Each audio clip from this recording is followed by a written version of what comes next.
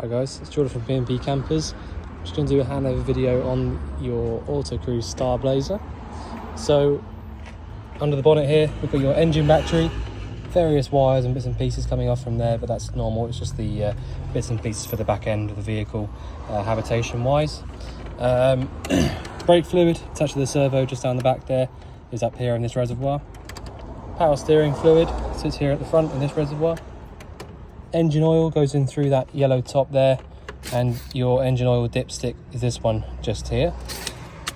You can see if I take that off, there's no milkiness to any of that oil, so yeah, no water inside the engine or anything nasty like that. Engine coolant, so it's the one that sits up here. You can see there the engine's cold at the moment and the level's just there, just below the maximum line, exactly where you want it to be. Air filter sits inside this box over here on the right, and your washer fluid sits inside there. So got your chassis plate here, so this one here is the one that you should go off, unless there is a newer Auto Cruise one, which I don't think there is, so you can see your weight in there. Diesel filling point, this one just here on the front near side, so the ignition key goes in there to open that up, and to open it you just push here on the left hand side, pop it open.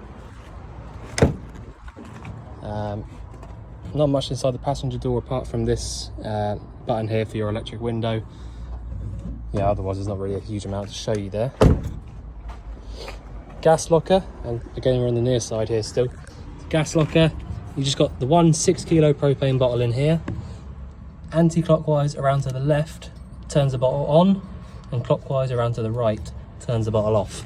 Other than that, the only things you really need to keep your eye on is that you've got until, so this is 2021, so you've got till 26 to replace this hose. And yeah, I mean the bulkhead regulator here, there's not really a date that you have to replace them by. If it's in good condition then it's okay, generally speaking, but yeah, that's there. If you you know, you don't need to do anything with that. You've got a little isolator tap here if you want to isolate the gap for gas for whatever reason, but you don't normally have to do that. And our little testing point is just this little bit here behind this black cap, but again, you don't need to do anything with that. Make sure that you turn the gas off before you start driving, and that's it really. Next coming along is the battery locker. So if I just put the one side off for now, see there, your leisure battery sits inside here, so positive on the left, negative on the right. Basically just put this little bit back, little cover, and there should be a little cut out for that wire, and that's it. Put it back like that. So your leisure battery is there. This little relay here I would imagine is probably for your step, just in case you ever needed to know that. I'm pretty certain that'd be for the step, even though obviously it's in the other locker, but that's normally where they keep the fuses, the relays for those. The step switch is just up here, so it comes in really nicely, comes all the way out. Obviously it's quite a way up until you actually get into the van, so the big double step is definitely needed there.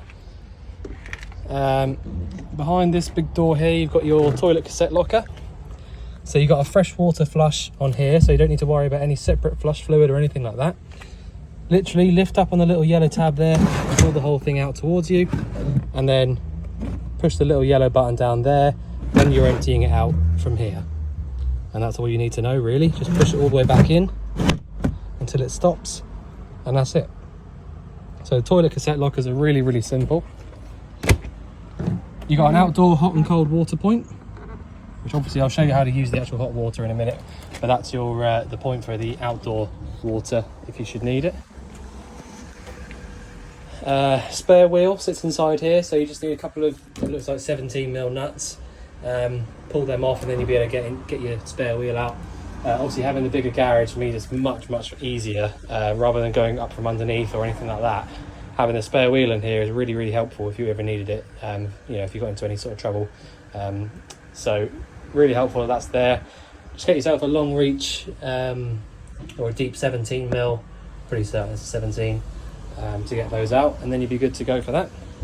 And obviously it's a full size wheel, 16 inch and the tread on those tyres, they've never been used because they've got the original markings on them, see, so the tyre's never actually been used. And also, by the way, I just point out, we've got all of your new locks on. So this is one here, one on the door here as well, and one on the other side, which you'll see in just a second, but I just thought I'd show you those. All the doors close properly on them and all that sort of stuff, so yeah, they're actually working nice and freely, as you would expect. So this is the other one here. And I've sealed around the outside as well. You don't really need to do that because there's no holes going through that way, but I just think it makes it a little bit stronger, because there is a little bit of a gap going all the way around between this part and the van. So I always like to seal those up, so once that's dried, they'll be really nice and strong. Obviously you've got the screws that go inside here that hold it on together, and I've also put a new bit of sealant inside behind this as well. So yeah, you shouldn't ever get any problems with anything going in there. Behind this one, we've got your wastewater drain, which is this one just here. So if you wanted to drain out your wastewater, that's where you go for that. Your fridge vents are these ones. So if you had your fridge lit up on gas, you'd be able to feel a bit of hot air coming out through the top of this vent just here. External gas point, or your barbecue point.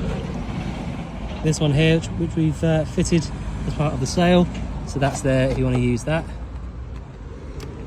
Hookup point at home or at your campsite, wherever you've got access to a hookup cable, it's always helpful to have one of those plugged in to keep your battery topped up and use all your 240 volt sockets, things like that.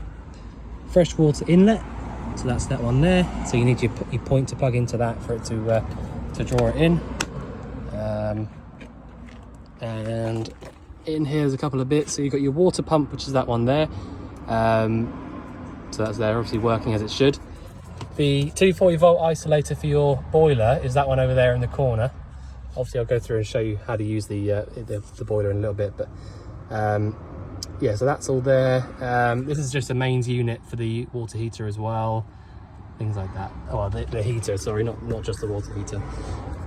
You got the coolant for the e-dispatcher Combitronic system. That's all there. So yeah, all the bits and pieces that would have come with the van are all there. I'll just show you a few bits in the cab. So I fitted your reversing camera. Hopefully you'll be happy with it. So it comes on only when the ignition's on. Yeah, I don't know what else to show you really. You got the electric adjusting mirrors if you want to use that. Lots of nice extras in the cab. So you've got cruise control, which works from these buttons here on the actual steering wheel.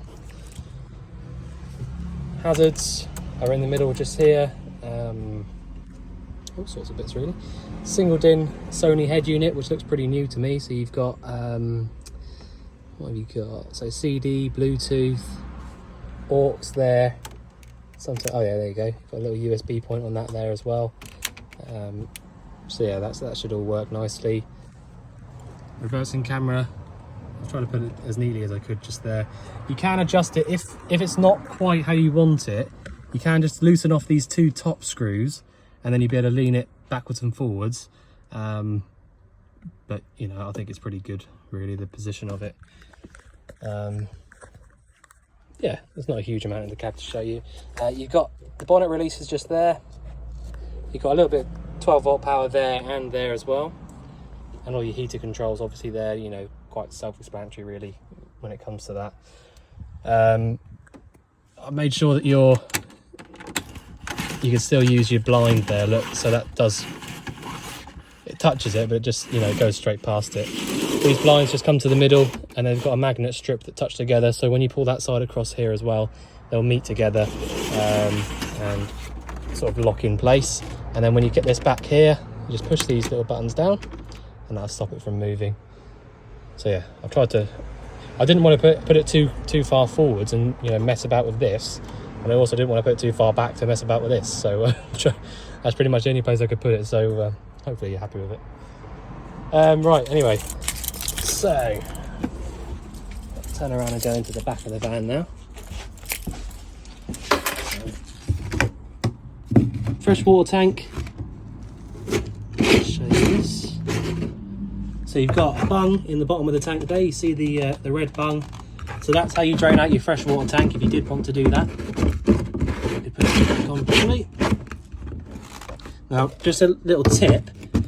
Try your best not to go too crazy with how tight you do that, because 9 times out of 10 when you go to those, you will not be able to open them. So just lucky that I've been able to open that one. So make sure when you go to close that up, make sure that you don't go too crazy on how tight you've done it. Just a little tip, because, you know, like I said, they usually are super well on there. Okay, so I'll start off with the control panel. So I'll just turn it off for the minute, just so you can see it all sort of starting up from scratch. Turn it on there, and then you've got this button here, which you do not need to press. It's not going to do anything if you do, but what it does is it converts which battery you're drawing power from. So usually all of your power is being drawn from the engine, from the leisure battery, obviously, like I showed you under the cupboard there, from the outside, which is what you want, because that's there for you to use your lights and, you know, the heating and all that sort of stuff on. If you press that button there, like I have done now, what it does is it basically switches over to drawing power from the engine battery, which obviously you don't want, because then eventually you won't be able to start the van up. So make sure that you just leave that one off, don't worry about that one. You've got water pump switch and aux.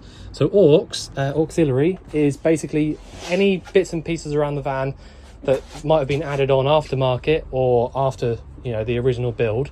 So maybe things like power for these sockets or ignition somewhere, I don't know. You know, basically, if you want to come in and use the van, if I was you, I would just press on there and aux, and then you should be able to go around and use your lights just like that.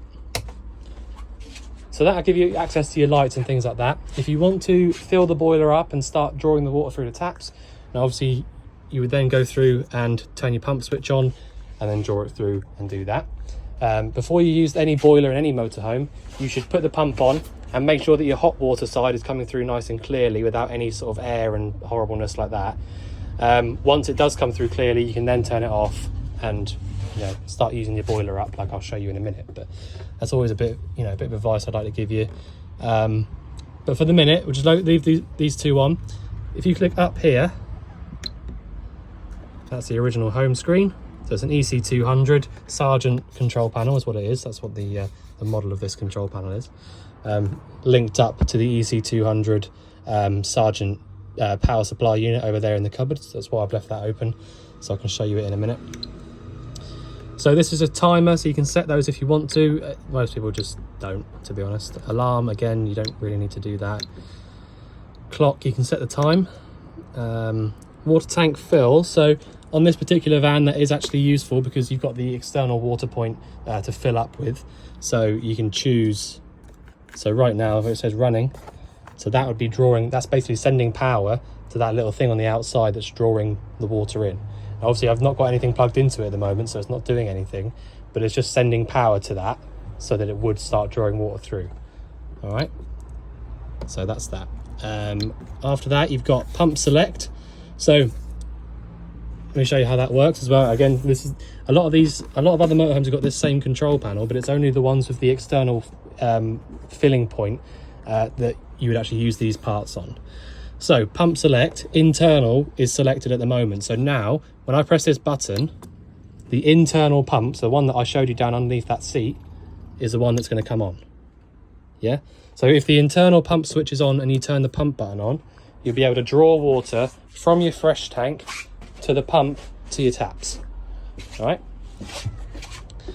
But if you then press this button here in the middle and then change it to external, it will then send that power to the external point. So you can just do it like that if you want to, if that makes sense. So your external point is going to be your external water point that I showed you out there.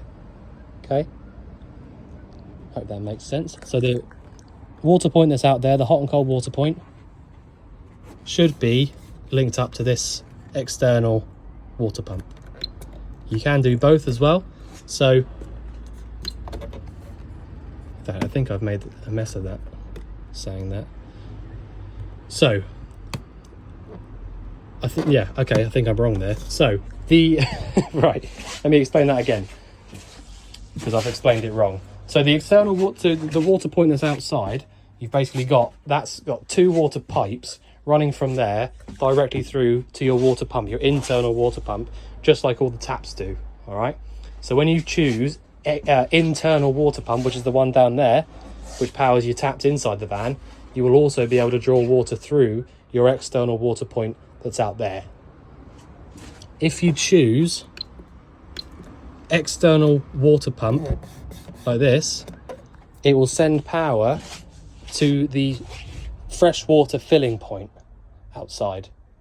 All right, so that's what the external pump is. Okay, I made a mess of that. I was thinking that it was going to be I thought the external was your outside water point, but actually, just thinking about it, external is your freshwater filling point. Okay, so you can, if you want to, just have it on both, and then, like I said, you'd have water, your power for your water pump down there, which draws your water through to your taps, but also when you plug a thing into the point outside to fill up your freshwater tank, you'd also have power there. So that's up to you. You can, most of the time you're going to want to leave it on internal basically, and if you want to change over and then fill your water tank up with one of your points, then you can also do that like that. Okay, so I hope that makes sense. Next one, you've got wastewater level, so that's empty, and your freshwater level, which is 1/4 of a tank. Vehicle battery 11.7, so probably wants a decent drive, and your leisure battery 13.4. So the reason as well, just to tell you another thing about auto cruise, so you've got your freshwater inlet on the outside over there, which you'd need the point to plug into and then choose external on the pump. But if you desperately need to fill it up with water and you don't have that external pump or whatever, the reason why they always leave it really accessible for the freshwater tank is so that you can just pop this off and put a hose down in that hole if you want to. So if you absolutely cannot get any power or whatever and you still need some water in the tank, you can do it just by taking that cap off and putting a hose through from here to there. So that's why they do that. I just thought I'd let you know that. Obviously it's helpful to be able to get to your water tank anyway, but that's the main reason why they do it. So this little bit here opens up, which is really nice. Gives you access to these sort of like hidden cupboards down here, which is also where we've fitted your, oh, not there, sorry, in this one. This is where we've fitted your external barbecue point. So that's where that is. And you've got your own little isolator for that, just there. So yeah, that's that. Just close this back over. Put this in there. I'll just lift it up a little bit to get that in. So that's that. So over here you've got your Combitronic sort of panel. In fact, I'm going to leave that for a second. Sorry for all this weird sort of way of doing the video, but I just want to do this power supply unit first, because it's kind of directly linked to your control panel over there. So it's really nice and simple. You've got DC fuses, so that's 12-volt fuses under here, and it tells you exactly which one does which, or you know what each fuse does basically. So number 1 fuse should be 15 amp blue, and that does your front lights inside the vehicle, in the you know, the motorhome side, and then so on. It tells you exactly what they do. So if you had a problem with your water pump basically, or pumps, then you go to fuse number 7 and just make sure that little 10 amp there is fine. So that's that. Really helpful to have all that sort of laid out like that. And you've also got these 3 here, so MCB allocation, so it tells you which of these 3 does what. So sockets, outlet, heater, fridge. So if any of these 3 here had tripped, so they're in the down position, then it would mean that the sockets or the hob, the hot ring, was playing up and needed looking at. If this one here, the blue one, has tripped, then it probably means that you've put something in, or something else has tripped in the van that isn't listed here. So it's unusual for that to happen. But there you go. That's that. Button at the top here. So your battery charger sits inside this unit, which is why you've got a little fan up here. So the charger switch, you can leave that on at all times. So basically when you put a hookup cable into the van, the charger will turn on straight away and then start charging up your leisure battery. So that's that. Okay, so Combitronic. So this is how you do your hot water and your heating. It works on diesel and 240 volt. So, diesel or 240 volt. So I'll just turn it on. So it says Eberspatcher there, which is the brand of heater that actually makes it.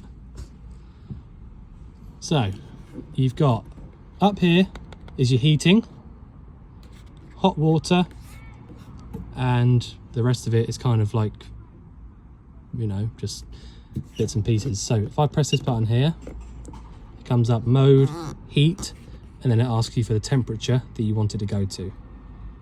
So that's it, simple as that. Next one, heating and hot water, because I've got both of these on now. If I turn this button off, it'll just say hot water and then the temperature basically. This little button down here drains it out or stops it from working. But yeah, it's pretty straightforward. You just, this button here for your heating, this button here for your hot water. The other bits and pieces are just sort of like settings and things like that. You can set timers and the clock and all that kind of thing. But you know, there should be paperwork for it, and if there's not, we can get you some. You know, they're not my strong point really, the Combitronics, because they're a bit unusual to have. But yeah, you know, I know that the guy who did the habitation check that works for us is very, very good, and went through it and made sure that it all comes on and works as it should. So yeah, hot water, you basically just set your temperature, so 35 there. Heating and hot water, yeah, that's about it really. If you want to turn it off, just like that. Just got to hold your finger on it before when it makes that sort of higher pitched noise. For when you're turning it off, that is. It always updates itself as well, just to make sure it's all good. Yeah, so I mean, it's definitely not 2004, but you can change the date on that if you want to. So that's that. If you need any more information on that, you can get back in touch with us, because like I said, it's not really my strong point, but I know that it's quite a simple unit to use, just that I've not, you know, used many of them myself. So we can get some paperwork for it and make sure that you know exactly how to use it. But yeah. So just inside here, you've got some 12 volt power just here. So you've got two USB points and two 12 volt point sockets. You've also got a 12 volt socket just there as well, with your satellite and you know, your TV bits and pieces there. 240 volt power just there. So if you had a hookup plugged in, that socket there and any other 3-point socket in the van would work. Your cooker is really nice and simple. All of the controls for the burners, the grill and the oven are all just here. Your ignition is just there, and that's, like I said, that's for everything, okay? And obviously apart from this one here, which is your hot ring on the top left, which is just 240 volt. All right, so the grill is under here, the grill pan if you want to use that.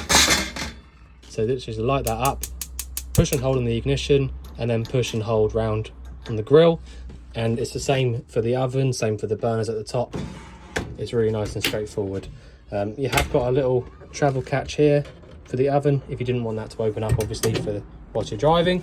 And then sometimes there you go, you got a little plug over there for your hot ring. So if you wanted to unplug that, then you can do if you want to. You know, if you're never going to use it, you might as well just unplug it. Not that it actually does anything until you start using it, but yeah. So bottom left, bottom right, top left, but your hot ring. Yeah, so it's all pretty straightforward stuff. I don't need to show you how to light these up because they're just like any household cooker. But yeah, so that's that. Make sure that you put this down before you start driving. But the other thing I will ask is that you take good care to not put that down straight after you've turned any of these off.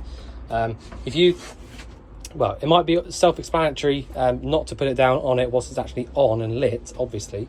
But if you turn any of the burners off and then put the lid down straight away, what will happen is it'll be really hot underneath and really cold on top, and then it will just shatter, basically, just shatter the glass. So make sure that you let all of these cool down before you put the lid down. Your microwave up here, obviously that works when your 240 volts plugged in. That won't do anything at all until you plug a hookup into the van. That's just normal, just how they all work. Some shelving in here for storage, and a little bit more storage in here as well. So that's all of that. I believe this little switch just inside here is for your 240 volt on your fridge, but I might be wrong.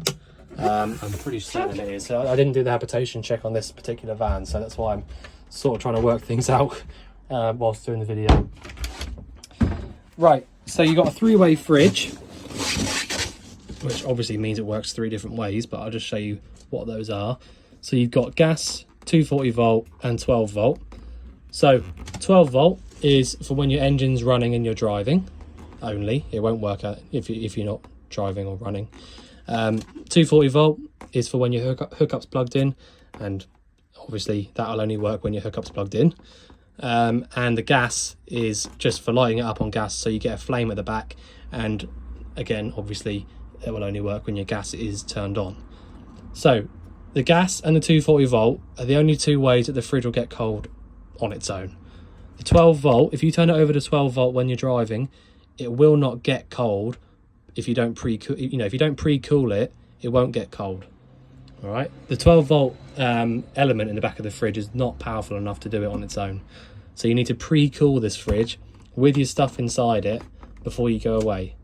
Before you switch over to 12 volt when you're driving, the fridge already needs to be cold if you want it to be cold when you get there, basically. So that's that. You've got a freezer unit at the top, but basically the way that it's pretty simple the way to use it. Turn it one to the right and it'll just basically start lighting up the gas. As long as your gas is switched on, it will light up and then basically just stay amber. If it doesn't light on the first couple of tries, the little light there will just start flashing at you, and all you have to do is just turn it off, wait a few seconds and try again. All right, it's as simple as that, but that has just lit up straight away, so it's really a really nice clean flame, because if it wasn't a clean flame it would basically just turn itself off after a few seconds. So nice clean flame there. If your hookup was plugged in, you could turn it to the right and you get a little green light in there showing you that it's working. And if your engine was running, you get the same thing, but they're on the 12 volt. So the other thing I want to say as well is, I'm not trying to sound like, mean by saying this, I'm just trying to be honest. These fridges won't get cold very, very quickly. They do take a good few hours before they actually start feeling cold inside. The freezer box in the top will start feeling cold pretty quickly, but the actual fridge itself does, it will take a few hours. It's just like if you've got a new fridge at home, when you first plug it in, it's not going to be cold straight away. It takes a good few hours because it's quite a good sized fridge.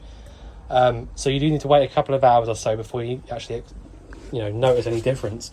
The gas and the 240 volt are both equally good, so I wouldn't say that one's better than the other or anything if you have access to both. But if I was you personally, if you're at a campsite and you had 240 volt plugged in, I would just choose mains. I'd just choose 240 volt, purely for the fact that if you're already plugged in on mains, I just see that as, the power's already there. Whereas if you've got access to both and you use the gas, you are actually using the gas, if you know what I mean. It's actually being used up. Whereas if you're plugged in on mains, you might, it's already there, so you might as well just use that. So that's that. That's the fridge, nice and simple. Back here, I tried to keep it as neat as I possibly could, and thankfully there was a bit of trim up there. You see the bit of trim up there on the shelf. The reversing camera wires, now obviously they've got to come in from the back of the van into the van and to the front. So I've actually managed to tuck those the wire inside that bit of trunking. So I was quite happy with thankful that they put that there, so it's managed to make it quite nice and neat. TV is up here. There's all sorts of bits and pieces up there, so you've got like a little skybox and things like that. To be honest with you, that's kind of, that's for you to sort of play with and have a little go and see what you see, if you like using it or not and stuff like that. It's not really something that we go through on the habitation checks because it's not an original fitted part, but it's all there. It should all work really. I'm sure it does. The bathroom is really nice and simple. So you've got a light at the top there, shower unit up there. I'm not going to show you how to use all this because it is just a case of putting the dial there. You've got a light in the shower as well. Shower door comes across by loosening off that little bit up there and at the bottom, and then it basically just folds over. When you get in, you'll find it so easy to use. Another tap just there, again nice and simple. You just got hot to the left, cold to the right. The only bit I want to show you really is your toilet, which is still really, really simple, but I don't expect you to be able to use it straight away if you don't know how. So you got a lever on the left here, open and close. So open allows whatever's in here to go straight into the cassette, and then closed closes that flap up, and then anything that's inside the cassette won't linger up back into the van. So that's the opening and closing, and then you've got this button here which just pumps the water around. So that's your flush fluid. Empty it into the cassette, close the flap back over. So the idea is that you use a little bit of the flush, go to the toilet, use the flush again, and then drain it out. That's the sort of general idea with it. Okay, so I think I've shown you pretty much everything I can show you. All of the lights, I'm not going to go around and show you all the lights because they all work in the same way. The only ones that are slightly different are these ones here at the front. Sometimes, I'm not sure if these ones are or not, but sometimes these are little sort of touchscreen buttons to get them to come on, but they might not be. If they're not, then it'll be one of these two here probably.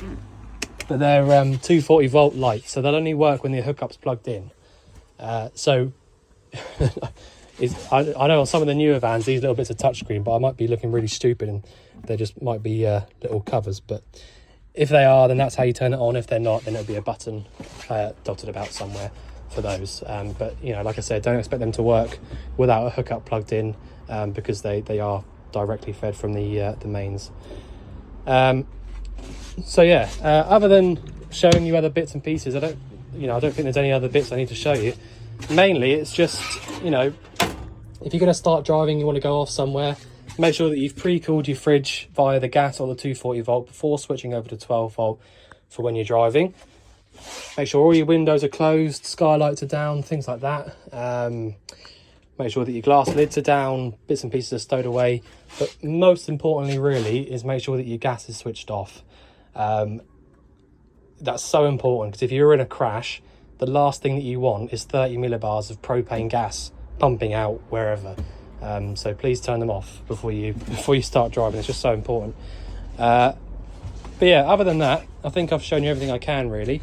The new locks, they all work via these two keys. All three locks have got the exact same key. I've made sure that they all work properly and that they all come across and they're nice and strong and things. I did have to chop this one down a little bit to make it fit because of the shape of the door frame, but you shouldn't ever really notice that, to be honest.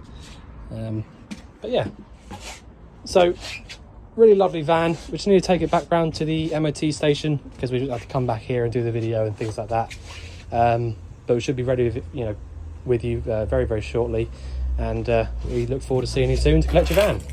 Thanks very much.